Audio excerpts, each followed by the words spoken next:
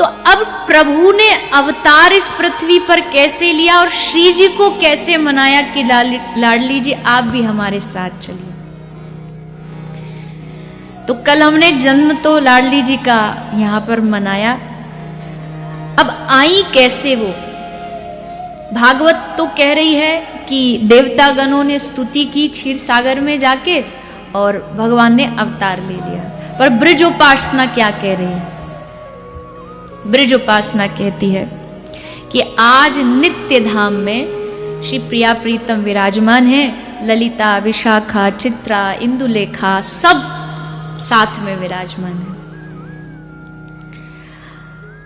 तो तभी बाहर निकुंज के द्वार से जोर जोर से आवाज आती है, श्री राधे, श्री राधे, श्री राधे। तो निकुंज के बाहर आवाज आती है, श्री राधे, श्री राधे, श्री राधे। विशाखा एकदम चौंक जाती है, ललिता को कहती है देख तो कौन आया बाहर निकुंज के दरवाजे पर।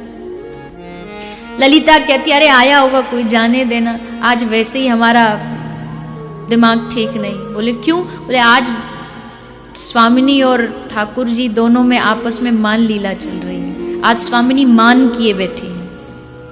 बोले काय बात का मान किए बैठी है? ललिता कहती है कि आज प्यारे ने प्राण प्रिया को, स्वामिनी जी को प्यारे जो चंद्रमा दिखा रहे थे और चंद्रमा दिखाते दिखाते बोलते हैं प्यारी जी तिहारो मुख चंद्रमा समान। तो लाडली जी इसी बात पे मान कर बैठी।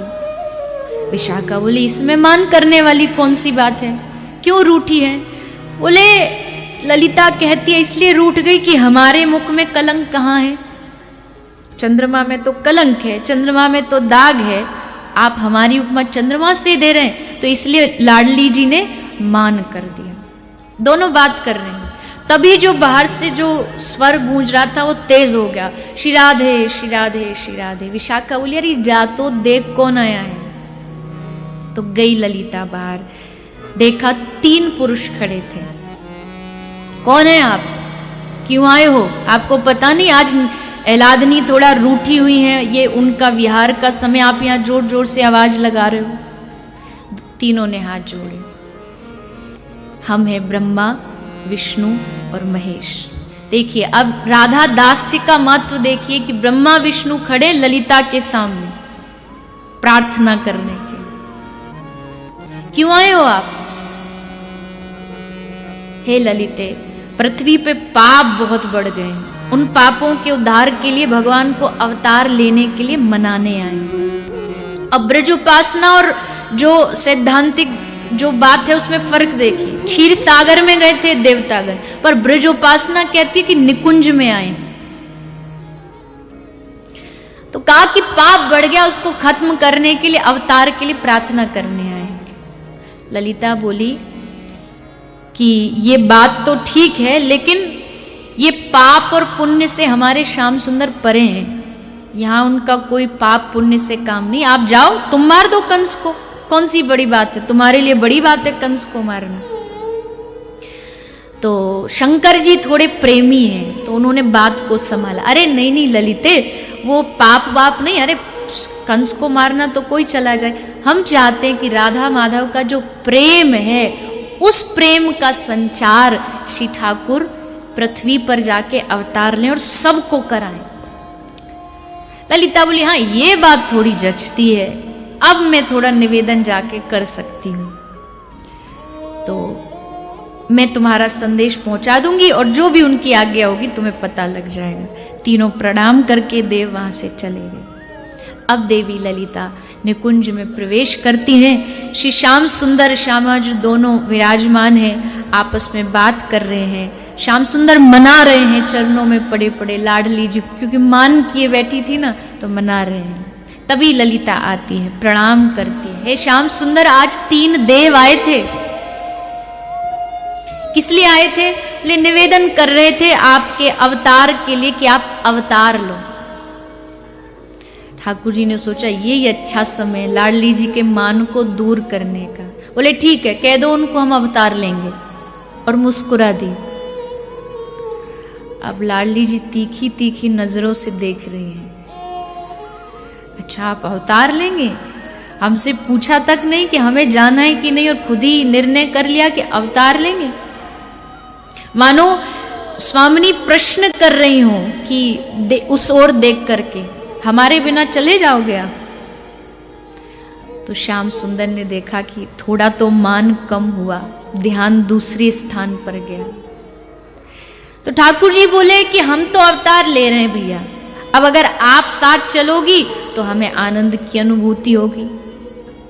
श्री जी बोली अच्छा हमें साथ ले जाना चाहते हो? बोले हाँ। श्री जी कहती हैं जानते हो जब कोई बड़ा कोई व्यक्ति जाता है तो उसके साथ बड़ा तामझाम चलता है। हमको अवतार लेना है तो ऐसी आसान नहीं है। हमको ले जाना है तो हमारे पूरे ब्रज धाम को साथ लेके जाना पड़े। मैं बिना यमुना महारानी के रह नहीं सकती। मैं उस स्थान पर जाना नहीं चाहती जहां गोवर्धन ना हो। श्री गर्गाचार्य जी कहते हैं मानिनी जी आज हट कर बैठी, ब्रज जाएगा तो मैं जाऊं, पूरा निकुंज मेरे साथ चलेगा, सखियां मेरे साथ चलेंगी, ये सारा निकुंज मेरे साथ जाएगा। ठाकुर जी ने अनुमति दे दी। आहा प्रसन्न हो गए ठाकुर जी कि चलो श्री जी ने अनुमति दे दी और अब जाना होगा, ब्रज में लीला होगी। लेकिन श्री जी ये ध्यान रखिएगा लीला है तो संयोग भी होगा और वियोग भी होगा। उस वियोग के लिए आप तैयार रहना।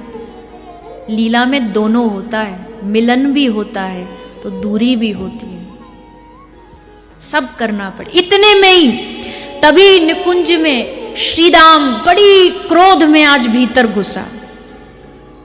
कह रहे हैं आज कुंज में कुछ अलग ही हो रहा है, कुंज में कोई सखा घुस नहीं सकता, पुरुष का प्रवेश नहीं, पर आज श्रीदामा एकदम गुस्से में भीतर निकुंज में घुसा जा रहा है। सखियां रोक रही हैं क्या कर रहे हो तुम, पर आज श्री कुछ और ही कर रहे हैं ठाकुर। भीतर घुस गया निकुंज में। सामने दोनों बैठे हैं श्याम सुंदर श्यामाजू। श्रीदामा बड़े गुस्से में क्रोध में आके बोला क्यों परेशान कर रखा है हमारे सखा को, क्यों इसको परेशान करके रखती हो राधा रानी, जब देखो रूठ जाती हो, जब देखो मान करने लगती हो। हमारा सखा कितना भोला है, कितना सीधा है, और दिन भर आपको ही मनाने में लगा रहता है। आज श्रीदाम क्रोध कर रहा है, रोष में। सखियों ने कहा रे क्या हो गया श्रीदामा, थोड़ा शांत होइए। किंतु आज लीला ऐसी हुई कि क्रोध में उसने श्री जी को श्राप दे दिया।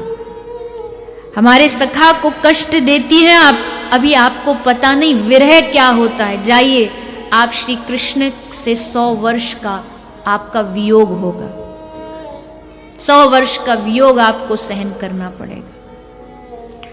पूरे निकुंज में चित्कार उठी। श्रीदामा को भी होश आया, ये तूने क्या बोल दिया राधा रानी को। आंख से अश्रु बहने लगे, ठाकुर के चरणों में गिरने लगा श्रीदामा।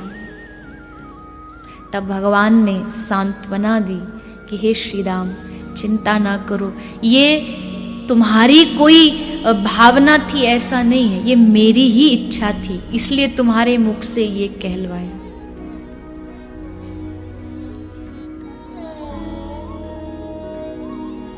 श्री जी बैठी है साथ में, सब मोर शुक सारी सब विराजमान है, सब श्री जी से प्रार्थना कर रहे हैं लाडली जी आप जा रही हैं हमारा क्या होगा, हम कैसे रहेंगे। तो लाडली जी बोली कि तुम सब भी मेरे संग चलोगे। आहा निकुंज में आज उत्सव चल रहा है, तैयारियां चल रही हैं अवतार लेने की, सब चलेंगे, सब पशु पक्षी वृक्ष लता मयूर सब आनंदित है आज निकुंज में।